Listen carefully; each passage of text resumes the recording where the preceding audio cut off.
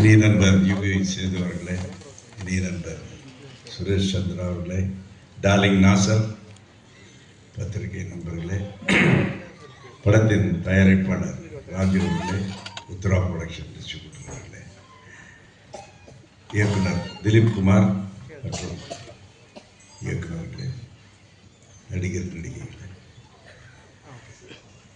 ரொம்ப தைரியமான குரூப் இந்த குரூப்.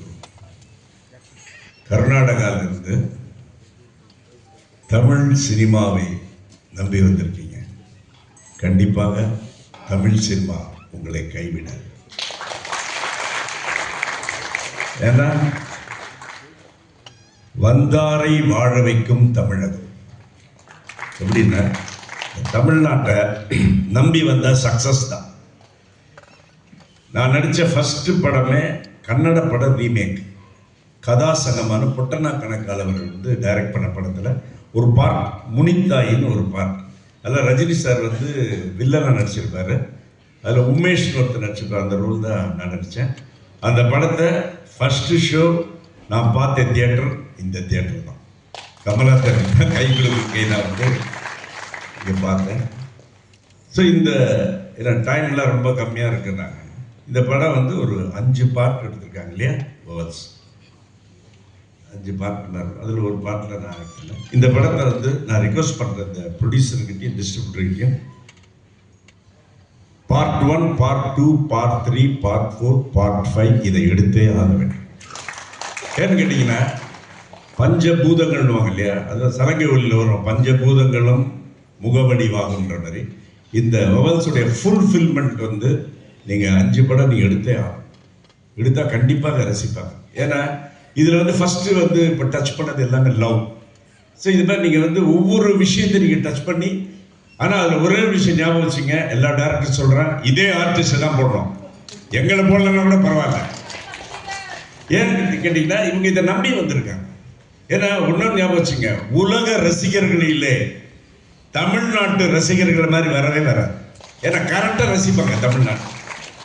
உங்களுக்கு தெரியுமா இல்லையா, ப்ரூஸ்லியுடைய என்டர் த டிராகன் ஒரு படம் வந்து தெரியுங்களா, அந்த படம் ஹையஸ்ட் கலெக்ஷன் வந்து சென்னையில் தான்.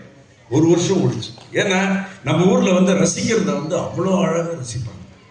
ஸோ அதேமாதிரி திலீப்பை பற்றி நான் சொல்லணும். வந்து சொன்னார் கதையை எடுக்கலன்னா நான் கண்டிப்பாக நினச்சேன் இவ்வளோ லெவலுக்கெல்லாம் இவங்க பண்ணுவாங்கன்னு நான் எதிர்பார்க்கவே இல்லை.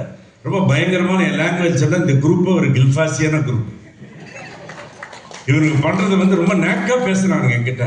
சார் ஃபஸ்ட்டு பண்ணுறேன் சார், நாங்கள் இது பண்ணுறேன் சார். ஆனால் அவ்வளோ பாவம் ரொம்ப இதாக கெஞ்சுறாங்க. ஒரு வேலை ரொம்ப வசதி இல்லாத குரூப்புன்னு பார்த்தா பயங்கரமாக கில்ஃபாசி இருக்கிற குரூப்புகள்லாம் இவ்வளோ பெருசாக இவ்வளோ இது ஃபங்க்ஷன் அப்படின்னா கண்டிப்பாக நான் நினைக்கவே ஏதோ கிட்ட வரும்போது பிடிச்சிட்டேன். ஆஹா ரொம்ப நேக்காக போட்டாருங்கன்னு. பட் இதில் ரொம்ப எனக்கு பிடிச்சது தெரியுங்களா, அந்த 5 டைரக்டர்ஸ் கிட்ட இருந்த அந்த ஒற்றுமை ஃபென்டாஸ்டிக். ஒவ்வொரு அதாவது யார் எல்லாருமே இருந்தாங்க, எல்லா ஷூட்டிங்கில் எல்லாருமே சேர்ந்து இருந்தாங்க. ஒன்றுபட்டால் உண்டு வாழ்வுன்ற மாதிரி. கண்டிப்பாக இந்த படம் வந்து ஒரு பெரிய சக்ஸஸ் ஆகும். நான் சொன்ன மாதிரி இந்த ப்ரொடியூசரும் சரி, இந்த டைரக்டரும் சரி, 5 படம் எடுக்கணும், இதே ஆர்டிஸ்ட்டை வச்சு எடுக்கணும். அதேமாதிரி என்னுடைய இனிய நண்பர் யுகி சேது என்ன சொல்கிறதுன்னா, அவர் வந்து ஒரு மிகப்பெரிய ஒரு ஹைலி இன்டெலெக்சுவல் பர்சன். அவருடைய ஒரு விஜய் டிவி இன்டர்வியூலெலாம் நான் வந்து பார்ட்டிசிபேட் பண்ணியிருக்கேன். ரொம்ப வெரி இன்டெலிஜென்ட் பர்சன். இப்போ ஒரு படம் எடுத்திருக்காரு, கண்டிப்பாக அந்த படமும் பெரிய ஹிட் ஆகும். இந்த படத்தில் வந்து இப்போ நான் நடித்ததை விட இந்த படத்தில் யுகி சேது அவர்கள் நடித்தது ஒரு மிகப்பெரிய ப்ளஸ். ஏன்னா அவர் வந்து நாங்களாம் வந்து ரொம்ப இன்டெலெக்சுவலாக ரசிப்போம். அதே மாதிரி இந்த ரொம்ப ஒரு ஹை நாலேஜ் உள்ள பர்சன் இந்த படத்துக்கு ஒரு பெரிய பலமாக இருப்பார். ஸோ இந்த பத்திரிகை நண்பர்களும் ஊடக நண்பர்கள்லாம் வந்து நீங்கள் இந்த படத்தை நல்லா என்கரேஜ் பண்ணணும். ஏன்னா இந்த குழந்தைங்களாம் வளர்ந்ததுன்னா கண்டிப்பாக அடுத்தடுத்த ஜென்ரேஷன்லாம் வரும். அதாவது உங்களுக்குலாம் ஒரு விஷயம் சொல்கிறேன், இந்த எங்கள் ஆர்டிஸ்ட் எங்கள் டெக்னீஷியன்ஸுக்கு அப்போல்லாம் பார்த்தீங்கன்னா 80s சினிமாவில் நடிக்கிறது ரொம்ப கஷ்டம். அவ்வளோ ஈஸியாக போய் உள்ளலாம் சான்ஸ் வாங்க முடியாது. ஆனால் நடிக்க சான்ஸ் கிடைச்சதுன்னா நடிச்சுக்கிட்டே இருக்கலாம். பாருங்கள் 42 வருஷமாக நான் நடிச்சுக்கிட்டு இருக்கேன். அப்போ ஆனால் இப்போ எப்படி தெரியுங்களா, சினிமாவில் நடிக்கிறது ஈஸி, நடிச்சுக்கிட்டே இருக்கிறது தான் கஷ்டம். அது காரணம் வந்து என்னென்னா, அதில் நீங்கள் வந்து டிசிப்ளினாக இருக்கணும், ஹார்ட் ஒர்க் பண்ணணும்.